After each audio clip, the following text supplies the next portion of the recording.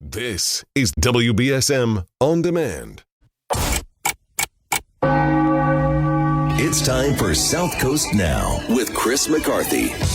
Streaming live on WBSM.com and the WBSM app. Call 508-996-0500. Text us using App Chat on the WBSM app. Now, Chris McCarthy.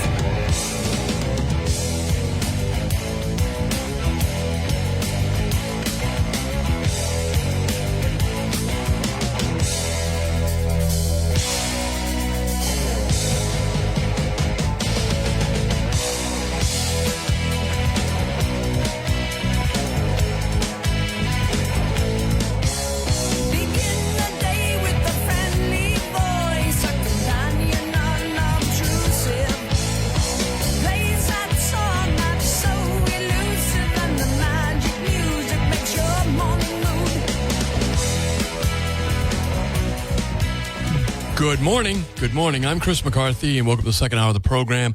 In a few minutes, we'll be joined by Amy DiSibio. Amy is one of the members of ACK for Wales. ACK, A-C-K, is the airline code for Nantucket. So it's pretty cool. ACK for Wales. They are opponents to the commercialization of the oceans by Vineyard Wind and other power companies, and they believe it's leading to the death of wildlife, and like whales, the right whale, dolphins, minke whales, which I understand from Taylor Cormier makes good eating, but that's Taylor's opinion. I've never eaten minke whale. Taylor has eaten them by the cartload, really. Taylor Cormier loves to eat minke whale.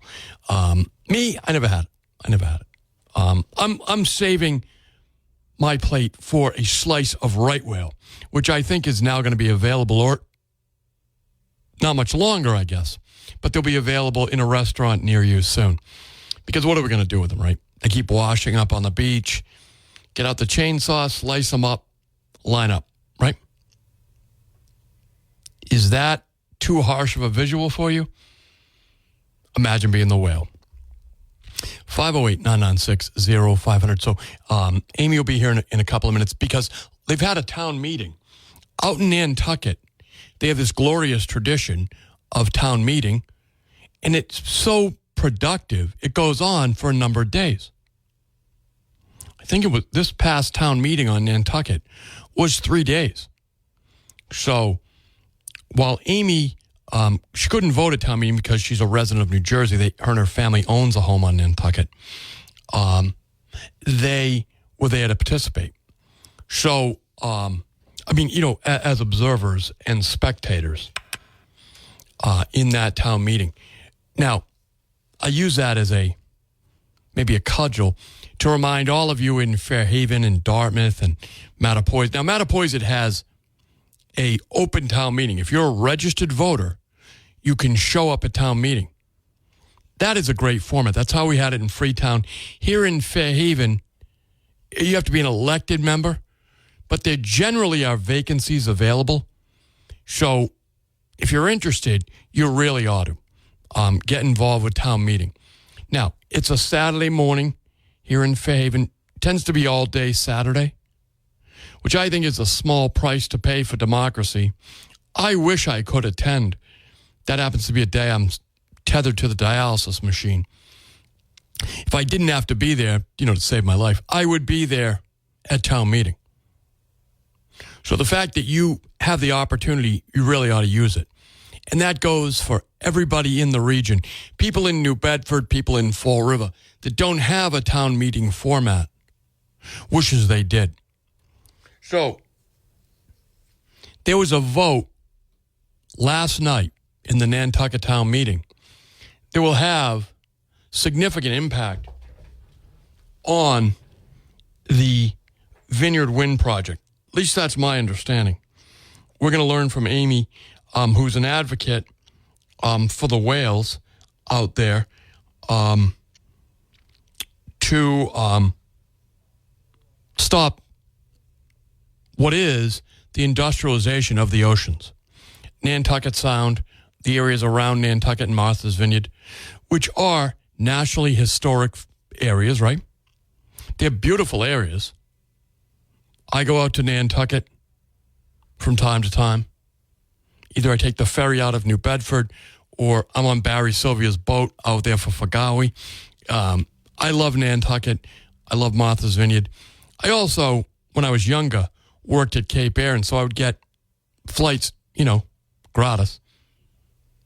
It's a great date, right? Hey, I'll take you to Nantucket. Right? You want to go to the Black Dog for lunch? How can a girl say no to that? Even if I'm the date, right? Even then, girls would say, well, I don't really want to go out with Chris, but who else is going to fly me to Martha's Vineyard or Nantucket, right? Good old Chris will. Anyway, 508-996-0500. Amy will be with us in a few minutes. So I'm hesitant to answer any of these people who are waiting on hold because it'll just be cut short when my guest arrives. But they can always call back later, so let's try it out. Good morning. Thanks for holding. Hello, good morning. Yes, you're on the air. Hey, how's it going? Good. I got a question for you, Chris. Okay. All these environmentalists that are out there that try to protect this and try to protect that, has anybody given any thought about so the earth produces oil, right? Yes. So what would happen if we never used the oil at all? I think the world would explode. It would swell to the point where it exploded. It's important for us to extract oil. I agree with you. So would you think maybe we think we're pouring water out of our faucets and all of a sudden we got oil gushing out? It's entirely possible. I mean, is it really any thought sometimes, or it's just everybody's just trying to make money and then that's it? It's a base.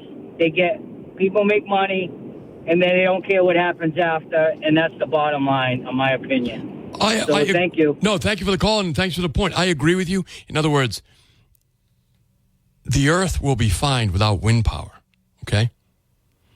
But the earth will not be fine with wind power. What is the impact that these windmills are having, which are enormous, okay? These aren't little windmills, even like the little one here in Fairhaven, which has caused a lot of problems, my understanding, here. I would say that the people of Fairhaven would exchange the meager amounts of money in comparison to the problems that the neighbors have experienced with these little windmills here in Fairhaven. So I can't even imagine what the outcome will be from these enormous windmills that are even bigger than what we thought they were going to be. Anyway, we're now joined by Amy DiSibio here calling in. Good morning, Amy. Thanks for calling. Good morning. How are you, Chris? I'm doing really well. Tell us what happened last night or the night before in Nantucket Town Meeting. Yeah, well, actually, it was last night. Town meeting went on for 3 full evenings in Nantucket, so a lot of important things were discussed among the community. But last night we had a really big win for Wales, and I really think a really big win for Nantucket. We had 2 articles. Actually, I should be more specific about that. Our founder of Act for Wales, our founder and president, Valerie Oliver, put forth 2 articles, and she presented both really, really well. The first article presented, we actually went out of order, with Article 78, and it was asking the town of Nantucket to please never sign another agreement, like another good neighbor agreement with a wind company, without bringing the discussion to the town, bringing it to town meeting. And, in the case of the current good neighbor agreement that we have, it was sadly discussed, only in closed session without any public engagement. So last night it was, voted a yes vote and agreed that they, really asking the town select board to bring it in front of the whole community going forward. And I think that's a huge win. So explain that again. We're talking to Amy DiSibio. She's part of Act for Wales. You can read more about them in ACK, the number 4 Wales, Act for Wales. They're a group of people from Nantucket, full-time and part-time residents who are fighting against the wind power and on behalf of Wales. So explain that again, Amy. What was decided last night? Yeah. Okay, so sorry, I'm kind of speaking in circles. It's been like 15 or 16 hours of meetings. Everyone's exhausted. I'm sorry, I don't think I'm being too clear. So let me just set this up a little bit for those who haven't heard us talk about it in the past. Nantucket signed a Good Neighbor Agreement with Vineyard Wind back in 2020, basically saying, we would support your projects at every level of government, and that the mitigations you give us are good, despite the fact that we are eventually going to see, when the full build-out happens out there, 775 turbines from our island, and then, a group of 1,400 turbines that will be out there that are enormous, being constructed right in the middle of the North Atlantic right whales, safe haven and habitat off Nantucket, off Martha's Vineyard. And in return, what they would give us were a couple of mitigations that are really almost not worth saying, because they're all industry standards, things like paint color and a potential lighting, aircraft lighting system, et cetera. But really industry standards and an amount of money that would be paid over a period of time. But this entire agreement, was basically a payoff. You take the money and support us. It's, I hate to bring it down to such basic terms, and it sounds a little bit crass, but it really and truly is what it was. It was also important to understand, and I'll explain this in a second, that Nantucket signed it in conjunction with two 501c3s on the island. So it was an agreement that was Vineyard Wind on one side, Nantucket on the other side, along with the Maria Mitchell Association and Nantucket Preservation Trust.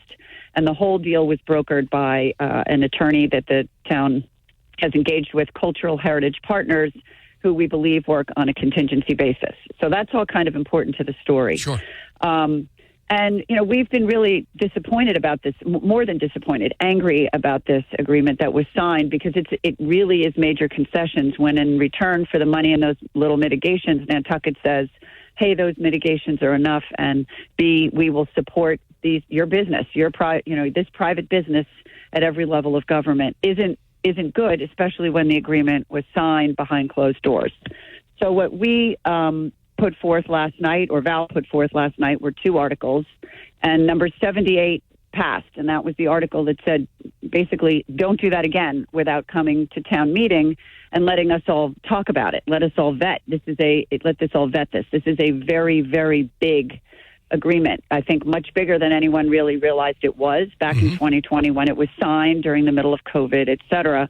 But bring it to the town. And so it was a huge win for us to have the public realize that this is not how we should proceed. We're talking with Amy DiSibio. She's from ACT for Wales. If you want to check them out, they have their own website. It's ACK, the number 4, and the word Wales.org. Correct. .org. It's .org. So, correct. Check it out. They've got a lot of good information. So where do we go from here, Amy? Well, I'll tell you, the second article did not pass, and I can understand why with how it was being presented. Article 77 said to walk away from the Good Neighbor Agreement, the current one. Okay. And I understand the town's lawyer is to get up and protect the town, and several people from the town spoke about it. And I really understand what they are saying, but I think that some of the liabilities that they're afraid that they may incur are a problem with the actual agreement itself. Now, the agreement says that there is a walkaway clause. Section 5.5 says if one side doesn't meet its obligations, then the other side doesn't have to. But I think what's problematic is that we were put into an agreement along with two other 501c3s, and I'll explain. Okay. The risk is, the town's attorney was pointing out that there's risk if you break this agreement and you walk away, that Vineyard Wind could sue. Okay, that's something he's got to mention, and it is something everyone should consider. We've talked to a lot of experts on this, and everyone has said that there's not a chance in hell that a big international wind energy conglomerate is going to sue a municipality. It would be suicide for them, political suicide. They've got too many deals they want to do. They probably would never do that. But the town's attorney, who is not the one who brokered this deal, as I mentioned, that was Cultural Heritage Partners. The town's attorney mentioned also that there's risk from the other two organizations, so that if one of the three co-signers, Nantucket Preservation Trust, or Maria Mitchell, one of them violates it, you have potential liability from the others. Okay. I would suggest that was a bad agreement. Why would we have put ourselves in that kind of a risky situation? So we're going to try to learn a little bit more about that going forward. So I don't really believe that we have the risk out there, or that I really believe we should never have had that risk. So we're going to dig into that a little bit more deeply. But I think right now we're going to focus on this as a big win. It was an opportunity for the town to finally learn about what's happening off our coast. It's been very hush-hush. The awareness of what is really happening, 1,400 square miles of turbines out there, is a really huge material change for our ocean and for the environment, for a product that is, intermittent, expensive, not going to move the needle on climate change. It's a really big, a really big undertaking and a really big shift that really has never had the airtime that it deserves. Except for on WBSM, you've given us a lot of airtime, Chris. So I really appreciate it. No, I appreciate that, Amy. And again, I love when the underdog gets a victory. I mean, this is a major uphill battle. They're putting those wind turbines up every day. Tell us a little bit about why Nantucket is special, because I think that story is, again, not getting enough airtime. Well, I think everybody thinks where they like to be or where they live is special, and there are a lot of special places on the East Coast, and I mean there's a lot of history in New Bedford as well. Mm-hmm. It's a special place to you and to your listeners also. Nantucket is a special place in that it is a National Historic Landmark, the entire island. Originally, it was just a downtown, and that was it was receiving that, or it was designated as such because of the architecture and the streetscapes in the very historic downtown area. They do a really great job up there of trying to preserve that. It's hard as things move along, but they have many pretty strict rules. The HDC, the Historic District Commission, and the Historic Commission, they do a great job trying to keep things beautiful and static up there. But the entire island was designated a National Historic Landmark, and part of that is because of the view, the seascape. Mm-hmm. That I remember reading in the document, the application said that looking out at the ocean like that is a balm to the soul. That's important for everyone's environment, also for the human environment, and people come from all over the world to visit Nantucket. And so I really think that it's an important part of our history, Nantucket and the whalers that were, basically coming mostly out of Nantucket, but also, and off the Massachusetts coast in general, nearly killed off the species the first time. And there's been a huge effort to bring the North Atlantic right whale back. We should be very responsible here to continue to protect it and not allow it to happen again. So I really commend our president and founder, Val Oliver, a lot. She's a Nantucket hero, and I've said this before. I hope one day the kids in the school books on Nantucket will have an opportunity to read about her and how she's really put her foot down on this. And she's been tremendous. She's a real force, and I'm proud to be working with her. We're speaking with Amy DiSibio. Amy, again, you folks have really made a lot of headway here with this project. Your website is ACK for Whales, ACK, 4 whales.org. Again, Amy, you're always available whenever I call. I really appreciate that. Thank you so much. Thanks for giving us your time, Chris. Talk soon. All right, bye-bye. Amy DiSibio, again, folks, her and her group. The importance of town meeting. If you have a town meeting in your community, you should cherish it. You should participate in it. Don't give it away. Okay? Look at how much power town meeting has.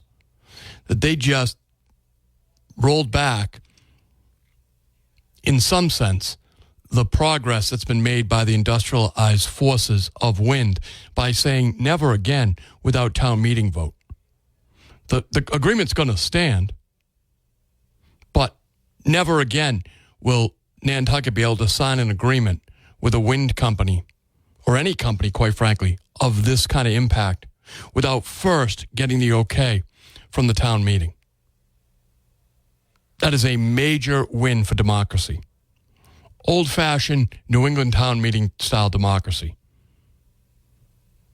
I mean, it's really, I don't want to start whistling Yankee Doodle Dandy, but really, this is a major, major win. And everybody in New England ought to applaud these women and men and women. I guess there's men probably involved in the group. I only happen to know of women involved in this group on Nantucket. Right? Fascinating bravo to them. I'm always willing to share some airways with people who are doing good things on behalf of democracy. All right, folks, I got to take a quick break. Stick around. I'm Chris McCarthy. We'll be right back.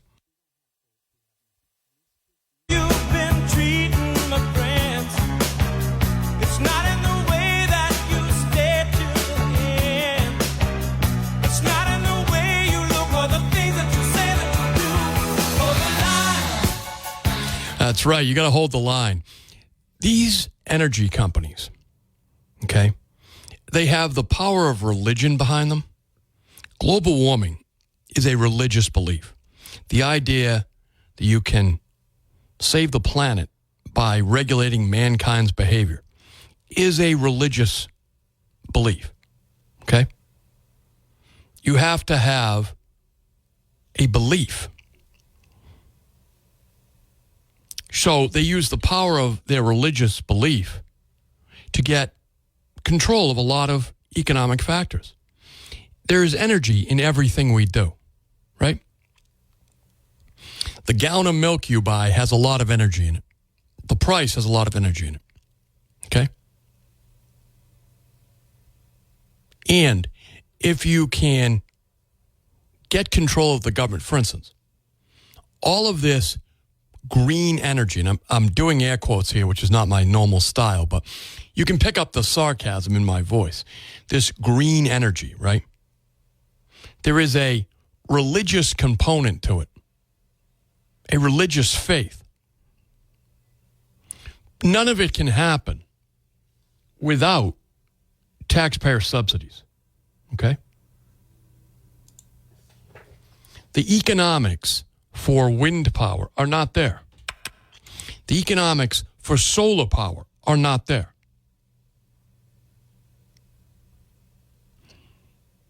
They require taxpayer subsidies. So the price that you pay wherever you get your energy, you're paying twice. You're paying with tax credits, direct cash subsidies. Now, tax credits, so you understand, that is a gift from the government to a favorable project.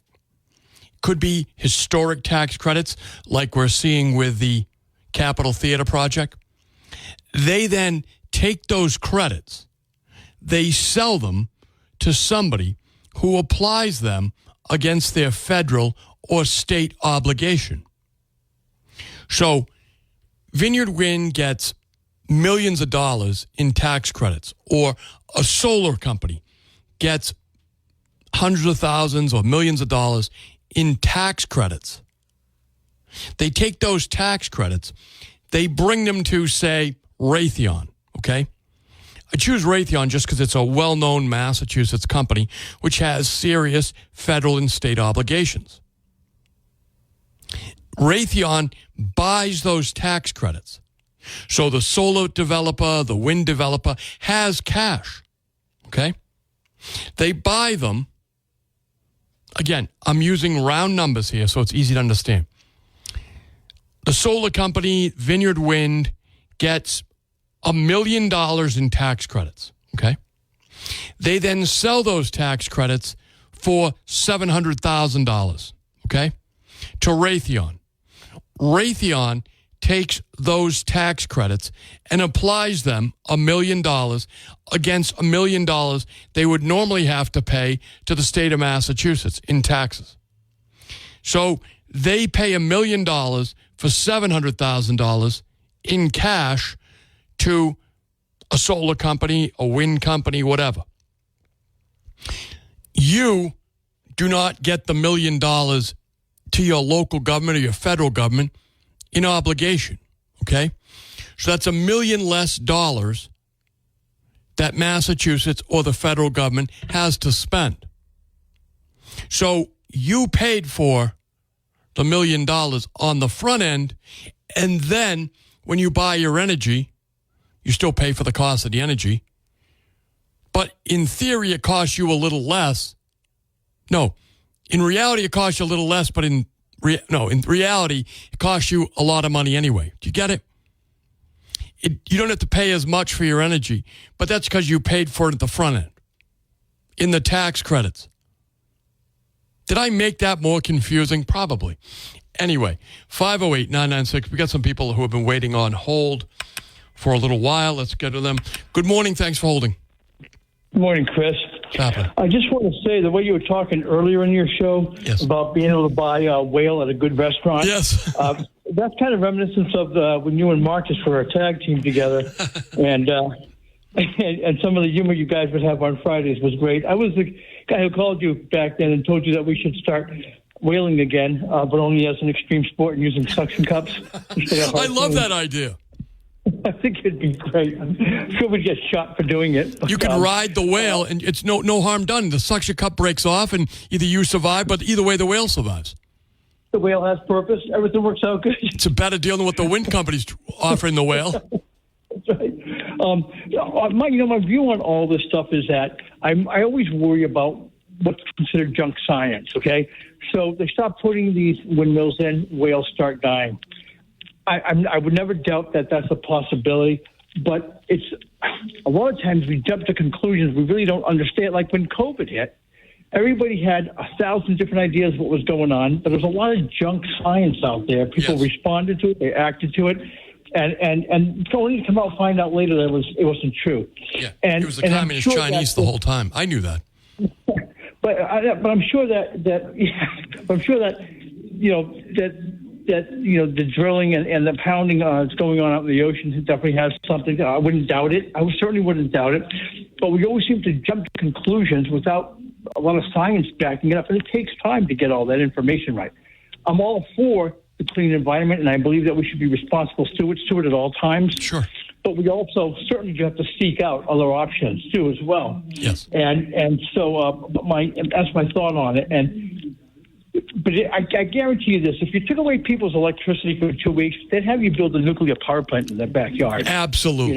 Right. And we definitely need energy. We certainly do. At what cost? Well, we're finding out right now, I guess, for sure. And time's going to tell. Time certainly will tell for sure. Thank you for the call, my friend, as always, and thank you for the humorous. I remember that show, bringing back whaling as an extreme sport, not to hurt the whales, not to hurt them. I'm no Taylor Cormier here, folks. He will eat a whale. Taylor Cormier has eaten minke whale. I don't do that. I'll eat Bambi, no problem about that. 508-996-0500. Look, I think that, at least I don't have to think it, I know it. From my perspective, we have plenty of energy without wind farms, right? I live fine without wind farms. Wind farms are never going to do anything more than supplement what is available now. I think that's very important to remember.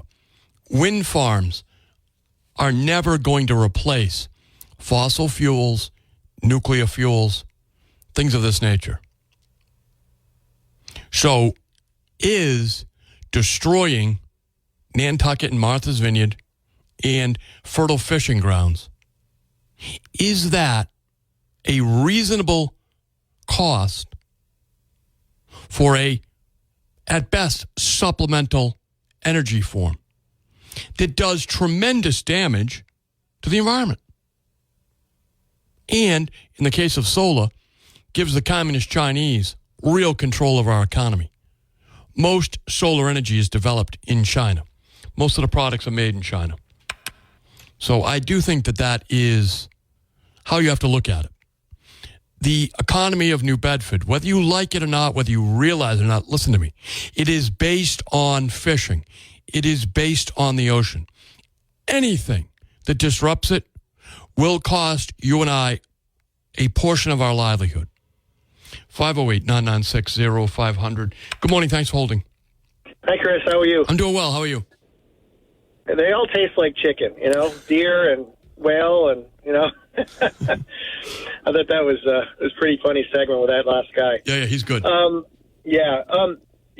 it comes to the new Green Deal and the thing that bothers me the most, and I think the last caller kind of said it, was, he's waiting for the science, but the science is generally compromised these days. It's not the same science as it was in the 50s or the 40s, where it was, these guys in lab coats trying to figure out real numbers and then presenting the numbers to the world. The numbers are cooked.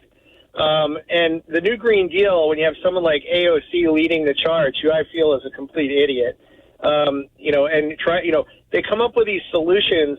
The solutions that are coming out before the problem is identified. So whether it's solar or windmills or EV cars, I mean, you have the government basically forcing EV cars on the market, which is a really bad idea, because Toyota has, about 2 months ago, basically said, we're not producing any more EV cars because we're objectively looking at it and says it costs more for the environment for us to produce an EV car and recycle everything and, front to back than it is to work with a efficient fossil fuel car or a fossil fuel and EV, hybrid. So Toyota, as big a car company as they are, they're dropping EVs. And, and then when you compare it, like you just said, to China, I mean, China is building coal-fired plants while we're sitting here cutting them down. Yes. We're closing our coal-fired plants. So if the whole objective is to cut down this emissions worldwide, you have a country that doesn't give a crap about that and is producing coal-fired plants as fast as they can produce them because they don't care. So we're the little island that cares, and China doesn't care. So unless you get the world on the same page, which isn't the case, because China never shows to enforce any of these meetings on the global environment, it doesn't really matter. I mean, like you said, incremental stuff's great, but anyway, I think the whole thing is cart before the horse. Totally agree with you. And by the way, it's a tremendous money grab. Okay, look, I'm a capitalist. I believe in making money. I think that the free market brings the best decisions. Generally, it does. The fairest outcomes generally come about through the market. But no consumer is really craving electric cars. Very few. There's nobody really making the choice. Or let me put it this way. The left wing, the Democrats primarily, not all Democrats, but the hard left, they don't want to give you a choice. They want to close off every other option and force you into an electric vehicle. Not the consumers have spoken, really, on electric vehicles. All the people that I know who own electric vehicles, it's a secondary vehicle, and they're very wealthy people. It's a secondary vehicle. Anyway, folks, if you're on hold, stay there. I will get to you, but I do take a break. Stick around. I'm Chris McCarthy. We'll be right back.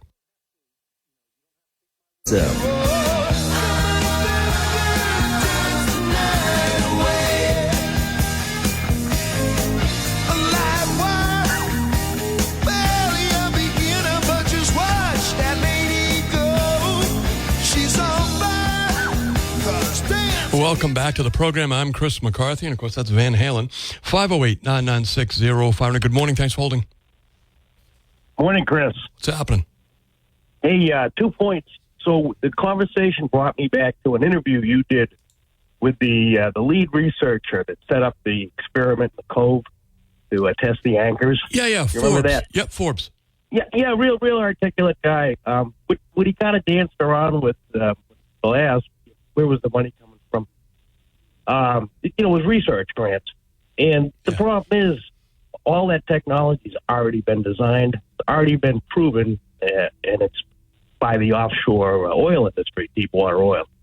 And he admitted kind of as much, but basically it's the government spending money to try to reinvent the wheel. It's a complete waste. Although he got the grant, good for him.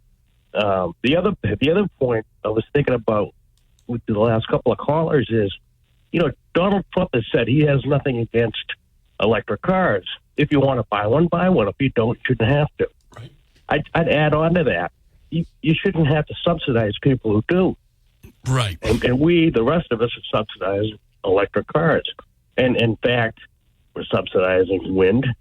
And if your neighbor has a solar panel and you don't, you're subsidizing his solar panel. If you look at the way the rates are set up, it's a complete government-forced co-option of the of the normal economic, the normal economic process, the ebb and flow of normal economics. Right. It's complete government intervention beyond just the mandates. The pricing is all off. And thanks for the call, my friend. Just remember the green wind. I mean, I really hate to use that term, green energy, because it's not true.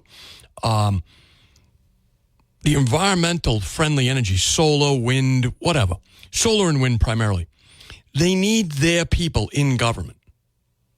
If they didn't have their advocates, their lobbyists in government or prowling around Beacon Hill and Capitol Hill, none of this would be possible. They require government subsidies. They require insiders in government, and they're very smart about doing it. If they don't already have someone, lobbyist, whatever, bought up, they'll elect one. They put the capital behind people to get them into the government so they can access the treasury. They're like illegal aliens, for God's sakes, right? They need the handouts from your wallet to then get in the position to get into your wallet or my wallet, right? And the idea being that you're going to die or your grandkids are going to die from global warming unless I get my wind farm or my solar farm or whatever it is. That's the scam. Meanwhile, we got plenty of good oil and gas in other parts of the country, right? Look, they drill oil in Texas so that we don't have to have wind farms up here in Nantucket. But people up here who wish they owned an oil patch down in Texas, but they don't, but recognize how lucrative energy is, says, well, that their oil farm, that their oil patch is going to cause global warming. So ignore the valuable energy you're getting down there. It's bad for you. Give me some tax dollars. I'll cut down clear cut a forest here, put up a solar farm, or go out to where the fishing boats are and put up a bunch of wind farms, but you got to pay me for it to do it. You got to give me the money in advance in the form of tax credits, which I'll then sell back to Raytheon, which is already paying taxes to Massachusetts, but they won't have to. I'll get into that, and then I'll get the cash when I sell them, right? I mean, it's an amazing thing. And to do all of it, they need people in government.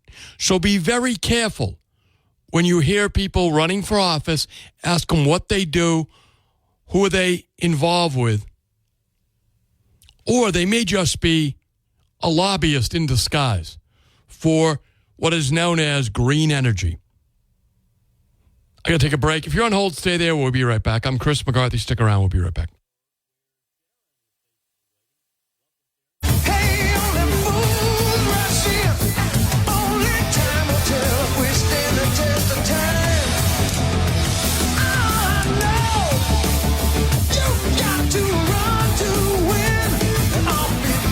Welcome back to the show. I'm Chris McCarthy. We got a bunch of people on hold. Good morning. Thanks for holding.